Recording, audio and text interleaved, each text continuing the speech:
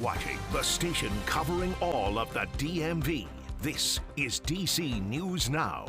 And thanks for joining us on this Tuesday. For DC News Now at 4, I'm Mark Hall. And I'm Annalisa Gale. Our top story here at 4, major money problems for Metro. The transit system's $750 million budget shortfall could mean trouble for commuters across the DMV. Mark. And this afternoon, WMATA is sounding the alarm as service cuts and layoffs loom. Our Randy Bass is live at Fort Totten tonight as the transit system scrambles to find a funding fix. Good afternoon, Randy. What are you learning right now? Yeah, Mark, Annalisa, if Metro doesn't find a funding fix, it could spell disaster for commuters and the transit system as we know it. Metro put out a very desperate plea for funding in its most recent budget proposal that we first saw today. WMATA said possible cuts would trigger a death spiral of a loss of ridership, detrimentally impacting the region. Metro laying out some of the big changes ahead. If they don't find a funding fix for that $750 million shortfall, 10 rail stations would close completely, while all others would close early at 10 p.m. Fares and parking fees would jump by 20%, and Metro bus service lines would be cut by half. Commuters we talked to say it could be catastrophic.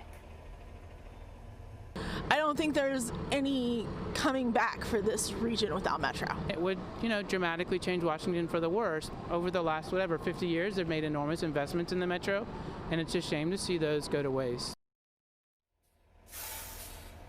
Yeah, and it's not just commuters who have cause for concern at this point. The workers, the bus drivers, the train operators, station managers, 2,200 workers across the transit system could stand to lose their jobs in layoffs if there isn't a funding fix found by the time they go to vote on this budget next spring. As for those 10 stations that can close, WMATA says those stations would be decided based on ridership numbers this winter. Mark? Well, Randy, what does WMATA say is the answer here? Is there any way to avoid these cuts? Yeah, the answer is find the money. Find that $750 million. Right now, both WMATA and the local transit workers union, Local ATU 689, both lobbying all three major governments we're talking about, DC, Maryland, and Virginia. They're asking everybody to come together and help to fill the gap in funding at this point. Still very much developing at this point. We'll bring you more details as we get them. For now, live in Fort Totten, I'm Randy Bass, DC News Now. Randy, thank you. Switching gears now, live look outside at the National Cathedral. There you see the sun coming in. And Mark, it's always a good day when the sun is here. Absolutely. Let's head over now to meteorologist Damon Matson with the first look at the forecast. Damon, pretty nice day. Yeah, indeed. That sunshine just uninterrupted as we've gone throughout this Tuesday. And we needed the sunshine's help to really warm us up a little bit from how cold we started out early this morning. Again, look at these low temperatures as you may have walked out the door at around 5, 6, 7 a.m. We were down in the teens across portions of northern Virginia.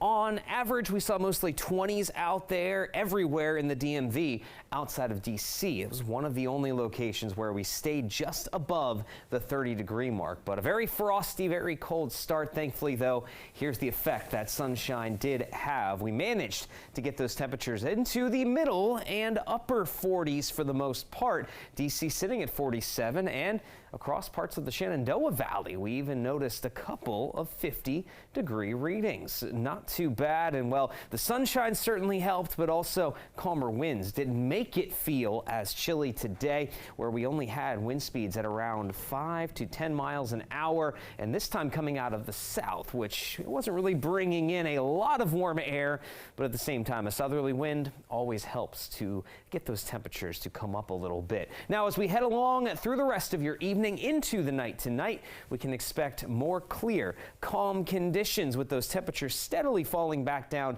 into the 30s, but this go around, it doesn't look like we're going to be turning quite as cold tonight heading into early Wednesday morning. But it looks like there could be a return of some wind out there tomorrow with a dry cold front crossing through. How breezy could it get out there on Wednesday? And when's our next chance for any sort of unsettled weather? We'll have a full look at your forecast coming up here in just a bit. All right, Damon, thank you. Well, big news for sports fans overnight with talks about the potential for a move across the river for our local NBA and NHL teams there. Well, according to the Washington Post, a commission of Virginia legislators has approved a plan that could move the Wizards and Caps from the district to Alexandria. Alex Juarez is in the Potomac Yard neighborhood with more. Well, this would be huge for not only the Commonwealth, but for D.C. as well, and for two different reasons, right? I mean, here in Virginia, in this region, we've seen year after year as it's continued to grow, and this would just expand on that. But over in Chinatown and the district, it would be devastating. The amount of traffic and business these games bring into the city is big, and the Wizards and Capitals have played right there in Chinatown for decades. Now the threat of this change comes from Virginia lawmakers. They have plans to bring a massive development to Potomac Yard, complete with a place for basketball and hockey teams. I'm really excited. I mean, it'd be great to have new entertainment venues, Caps and Wizards playing local. Additionally, people could find themselves coming to the area for live music, with a separate concert venue also proposed with this plan. Parking at Capital One is a huge hassle. So the area is growing, obviously. We have the biggest company, I think, in the world moving in. You have an airport right here, so it's a perfect location. Folks who live in the neighborhood say the draw of Northern Virginia speaks for itself. In addition to all the new construction going on, Amazon, Virginia Tech, it'd be a great addition to the city. And with this proposal on the table in a thriving, growing part of our region, it does give leverage to getting that money for these improvements. Now, Mayor Bowser has said that she's working with Council Chairman Phil Mendelson on a plan, and they will be giving that proposal to Monumental Sports coming soon. In Alexandria, I'm Lex Juarez, DC News Now. Lex, thank you. Developing now in Prince George's County, Maryland, over a dozen students have been reported safe at this hour after a fiery bus accident. County Fire and EMS responded to Interstate 495 near Ritchie Marlboro Road just before 10 a.m. They say 23 students were on board. They say that the driver rear-ended the bus, which then caught on fire. The driver, along with those students, have no reported injuries. Well, a 55-year-old inmate has died at the Arlington County Detention Facility. Police say they found David Gerhard unresponsive in a medical unit just before 8 this morning. Sheriffs tried to administer life-saving aid, but he would later die at the hospital. Officials say that Gerhard had been in custody since November 20th for failure to support and contempt of court. Now, his cause of death is now under investigation. Meanwhile, multiple people were rescued early this morning after fire broke out in Frederick, Maryland. Now, according to fire officials, the building was compromised and supposed to be empty, but it wasn't. The fire was mostly on the third floor of that building where there were three people rescued. One adult was sent to Frederick Health Hospital with injuries, minor injuries. The cause of the fire is still under investigation tonight. And take a look at this. A driver crashed into a home garage this morning. Montgomery County Fire and Rescue responding to that home on Aquarius Avenue in Aspen Hill. The driver was rescued from that car and has non-life-threatening injuries. The cause is also under investigation tonight. Well, the future of thousands of acres in Prince William County hangs in the balance as the County Board of Supervisors set to vote on a zoning for a massive data center project. That proposed project includes the purchase and redevelopment of multiple sites in the county's rural areas, bordering historic sites by Compass and QTS. County staff recommending rejecting rezoning those sites because of a number of unanswered questions and unmet expectations. And Haley Milan is at the site where supporters of the site of the meeting where supporters and opponents of the plan are staking out for hours, waiting for the chance to weigh in before the board votes. This proposal has been so polarizing here in Prince William County. A lot of people don't want to see millions of square feet in data centers take over the county, while others do want to see hundreds of millions flow in tax revenue.